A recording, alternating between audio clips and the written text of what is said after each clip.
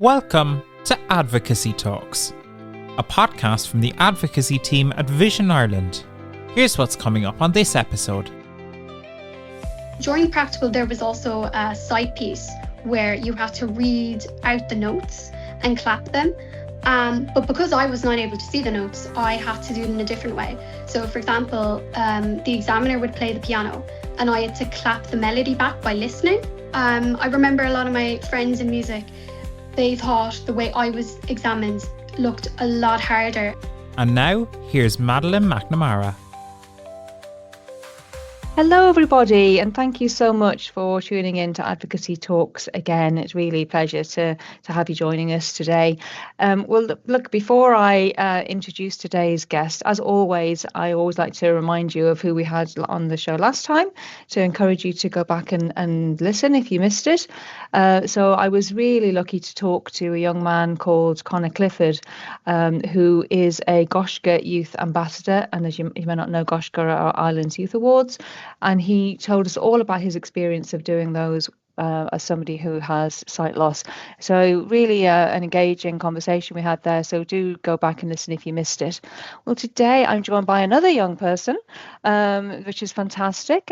I'm joined by Grace Gavin, who is currently a student at University of Limerick, but she's not come to talk to us about that today. She's here to talk about her passion for music. So Grace, welcome to Advocacy Talks.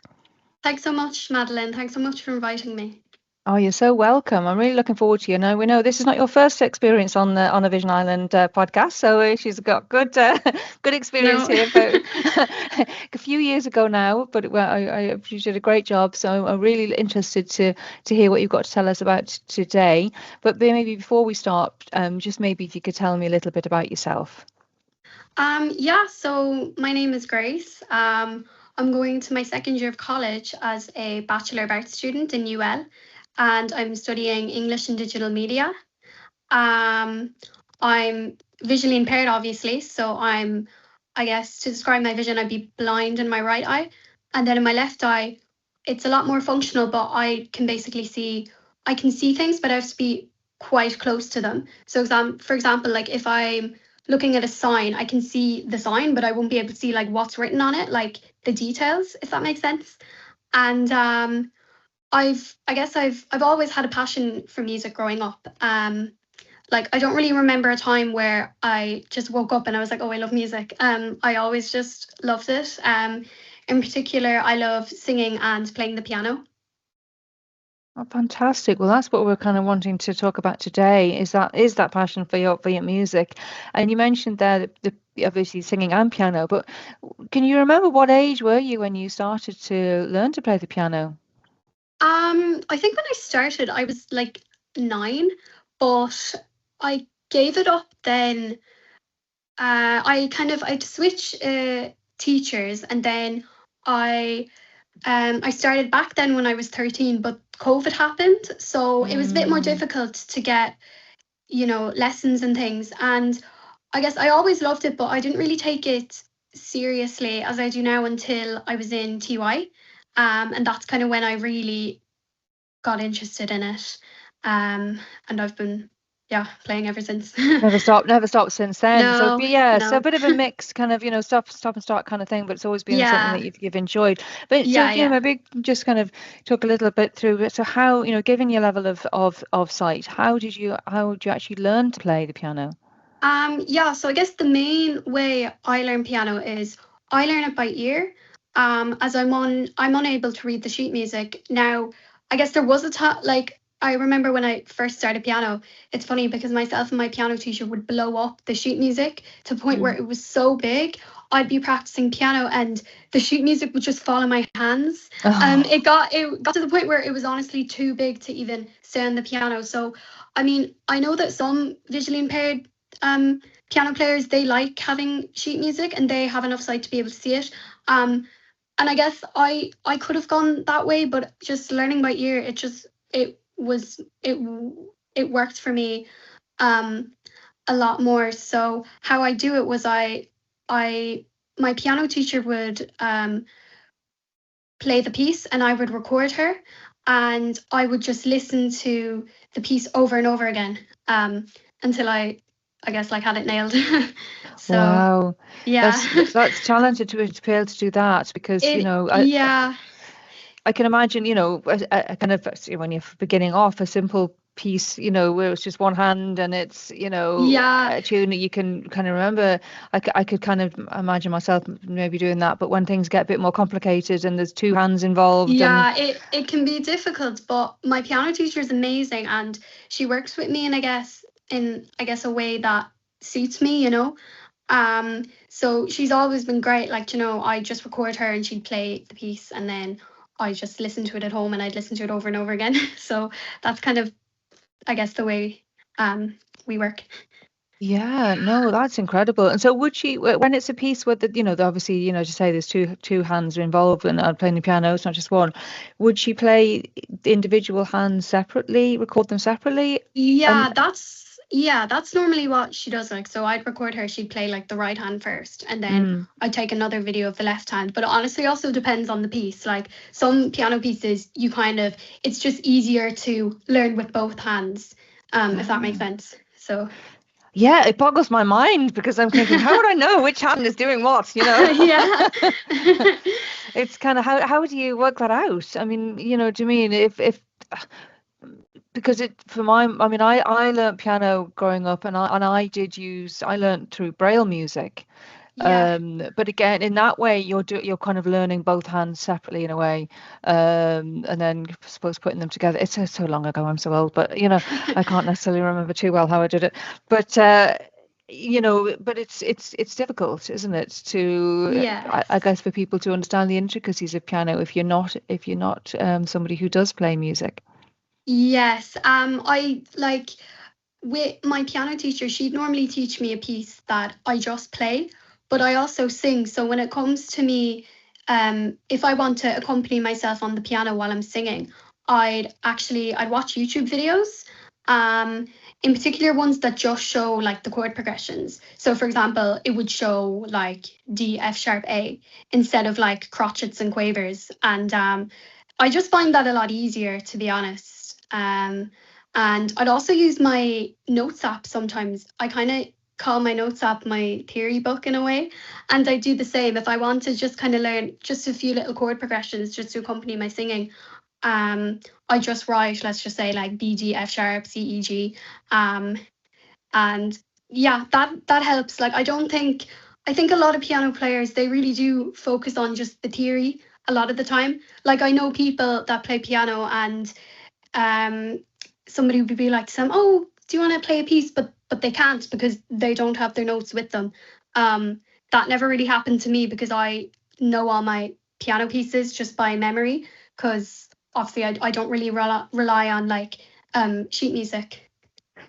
Yes, that is a big part of it, isn't it? Having to Yeah. remember the pieces, and again, Yes. that was the same for me. Because I did Braille music, and you can't actually read the Braille music while you're playing. Like, just to make that clear to people, you can't. Yeah. It's not like sighted music. So you do have to learn it in it. You'll have to learn the piece, Yeah. by heart, and then remember it. Yeah. And I have to learn my piano pieces. I have to practice them over and over again. And if I don't play a piece for like a few weeks, I completely forget the piece. Now, sometimes I can remember it just by like kind of muscle memory, but other times then I just have to learn it all over again. And I have to go back through like a load of recordings. And sometimes I might have accidentally like deleted a recording.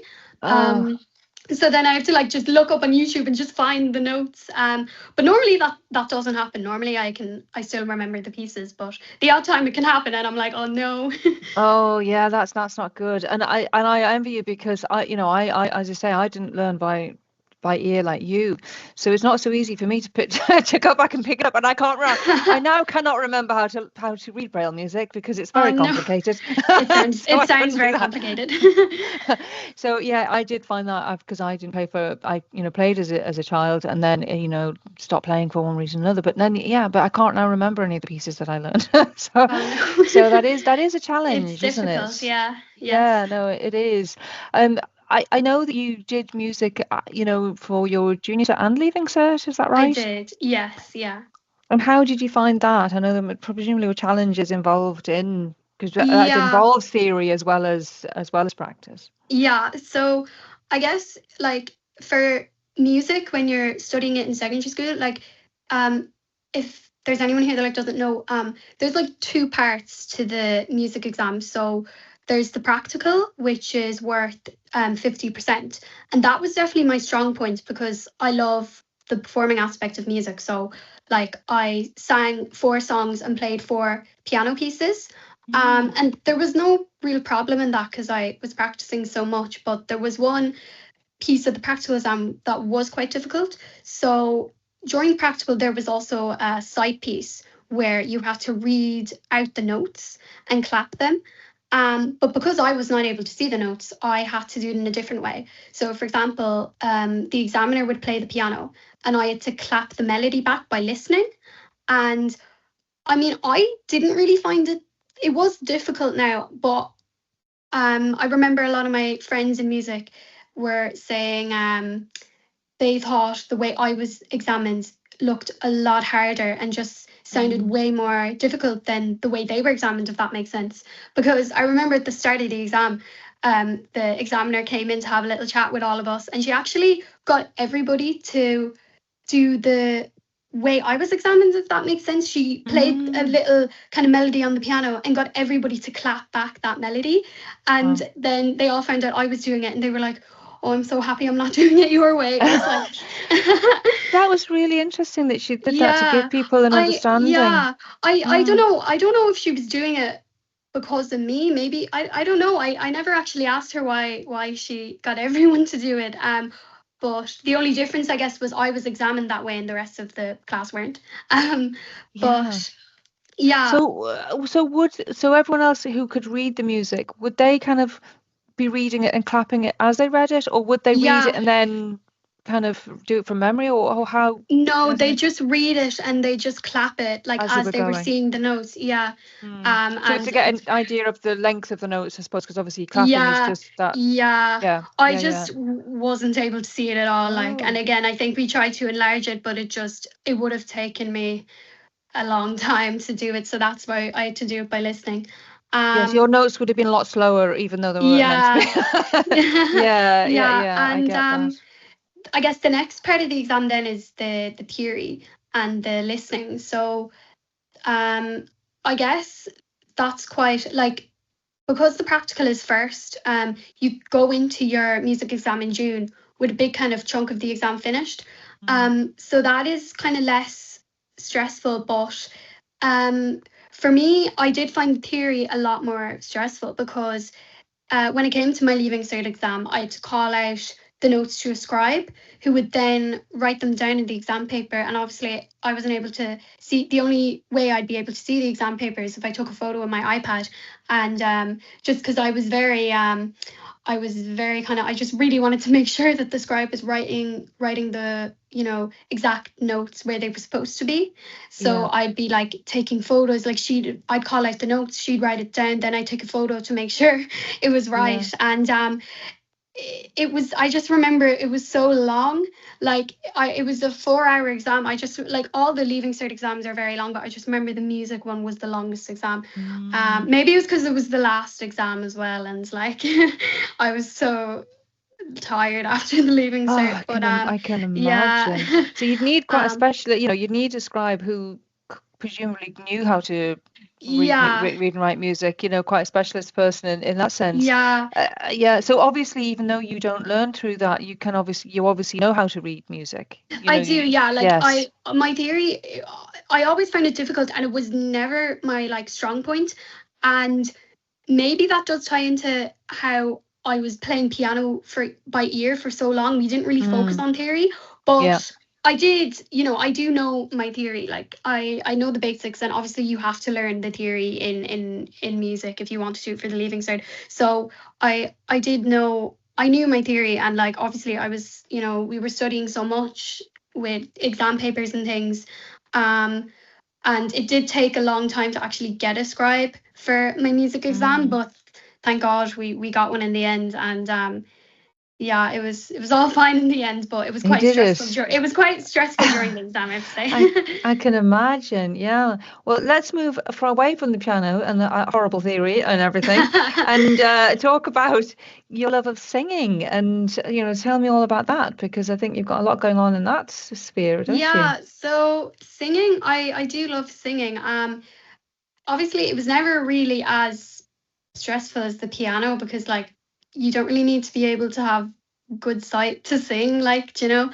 um but I think I always loved singing, and I kind of became, I think I was like 13 when I became quite like confident in singing. Or I was quite more confident with singing in front of people. Like when I was like in primary school, like if anyone asked me to sing a song, I'd be so shy. I'd be like, no, I don't want to. um, but I think in the past few years, I love putting like singing and piano together, if that makes sense. Like I love kind of accompanying myself on the piano with just piano chords.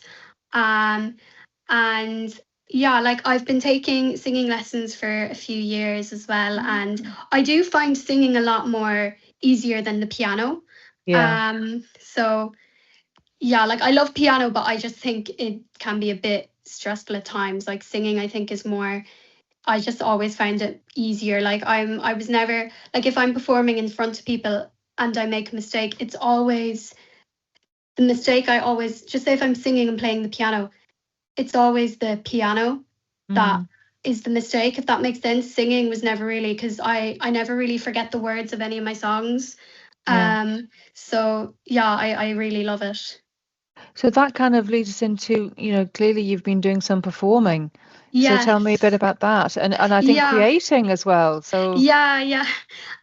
So over the like past few months, I guess, like especially when I started college, I've been kind of doing a lot more in terms of music. So I actually released an original song. It's called Winter Sun. That's available on SoundCloud. lovely. So yeah, I was delighted with that, and I've just been kind of learning and practicing piano pieces, and singing, covers where I'm accompanying myself on the piano. And I did my first gig in Limerick, Mm. where I performed alongside some other amazing musicians. And I recently started performing in like open mic sessions in Limerick as well.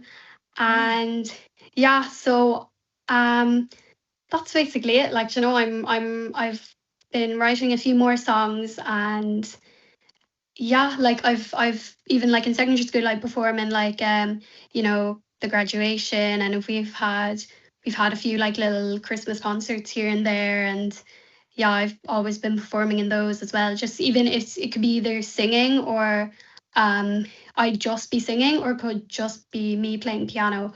But recently now with the open mic sessions, I've been doing both. So I've been singing Ah. and then accompanying myself on the piano. So I've only recently started doing it, but I really enjoy it, and it's good fun. I love it, and it gives me a lot more confidence with my music.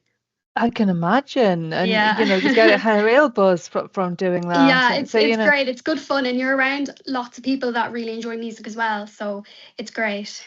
it's always great to find like-minded people, isn't it, who share the sort of same Yeah, passions. yeah, And exactly. Yeah. yeah, and you can really, really enjoy it. You never know, in a few years' time, we'll be seeing, you remember this name, you heard her first on, on Advocacy Talks. No, that's amazing. So obviously music's a big part of your life. And, do you Yeah. enjoy going to concerts and things like that as Yes. well? I love going to concerts. I'm going to a concert next Saturday. I'm going to see Amble in the Docklands, so I'm Oh, really looking forward to seeing them.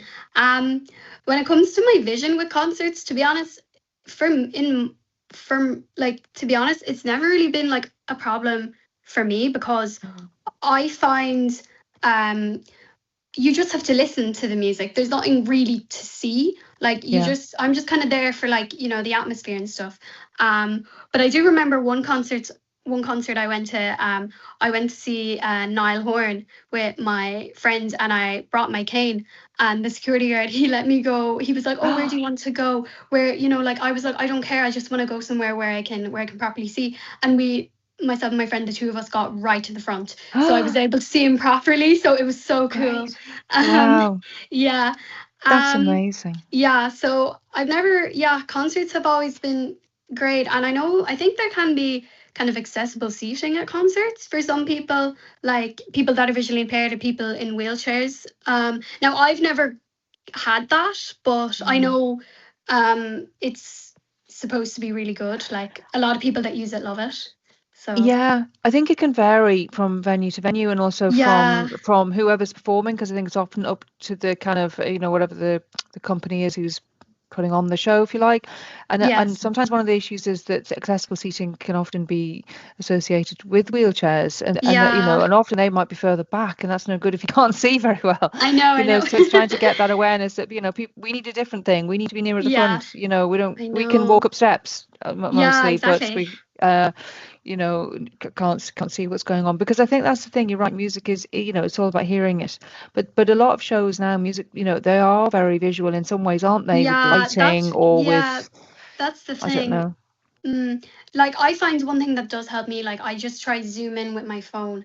Like, I remember I went to a concert, it was Taylor Swift, and there was a lot of dancing, there was a lot of, lights. It was a huge concert, and there was a lot of kind of visuals. And I remember I was sitting, and I was just trying to zoom in as much as I can. Now, that was actually, I do remember, that was a concert where I wasn't really able to see much until I had to zoom in very, very, very close with my phone. But I didn't really care, because I just love concerts so much. So yes, and if you're just into the music and love the music, all of that is an extra, isn't it? And yes, you can still enjoy it even if you can't see all those sort of visual things that are going on. Well, that's amazing. You've been to some great concerts. I'm very jealous now, honestly. I've been lucky. I need to get myself sorted and go to some good concerts. It sounds really good. Oh, that's brilliant. It's great to hear when someone's so enthusiastic about something that they love, and in your case, it's music. So, would you give any kind of advice to other people who want to play music or study music and get involved in music, who do have sight problems? What advice would you give to them? I think my advice would be to study it and perform it the way that suits you. It might not be the way everyone performs or like studies, but if it suits you and that's all that matters. It might take you a bit longer, but if you enjoy it and if it works for you, then you should definitely go for it. I think that's perfect advice. Absolutely. I couldn't agree more. And I think that's what, we're hoping to show through these podcasts, is that, people who are blind and vision impaired can do so much. We might have to do things in slightly different ways, but can still get huge enjoyment and satisfaction from doing things. And it's about finding what works for you. There's not really a one size fits all. So you've certainly found your way of doing things, and I think it seems to work really brilliantly for you. So I'm kind of wishing you every success with both your studies and your music. And you never know. Thank you so much. Grace Gavin, remember that name? Could be there in the future now as an artist or whatever. We'll have to kind of keep an eye out for you and see what happens there. Well, thank you so much. It's been a real pleasure talking to you today, Grace. Thank you so much, Madeleine. You're so welcome. Well, look, as always, just wanted to give you a quick kind of reminder that you can always get in touch with Vision Ireland if you need sort of access to any of our services. Our website is www.vi.ie, and our info line is 1800 911 250. So until next time, go on out and enjoy some music and enjoy the summer we're having at the moment, and we'll talk to you soon. Bye for now. Thanks for listening to Advocacy Talks. To get in touch with our advocacy team, send us an email to campaigns@vi.ie, or why not join one of our local advocacy networks, where you can work together with others to solve some of the biggest problems facing blind and partially sighted people in Ireland. Thanks for listening, and see you next time.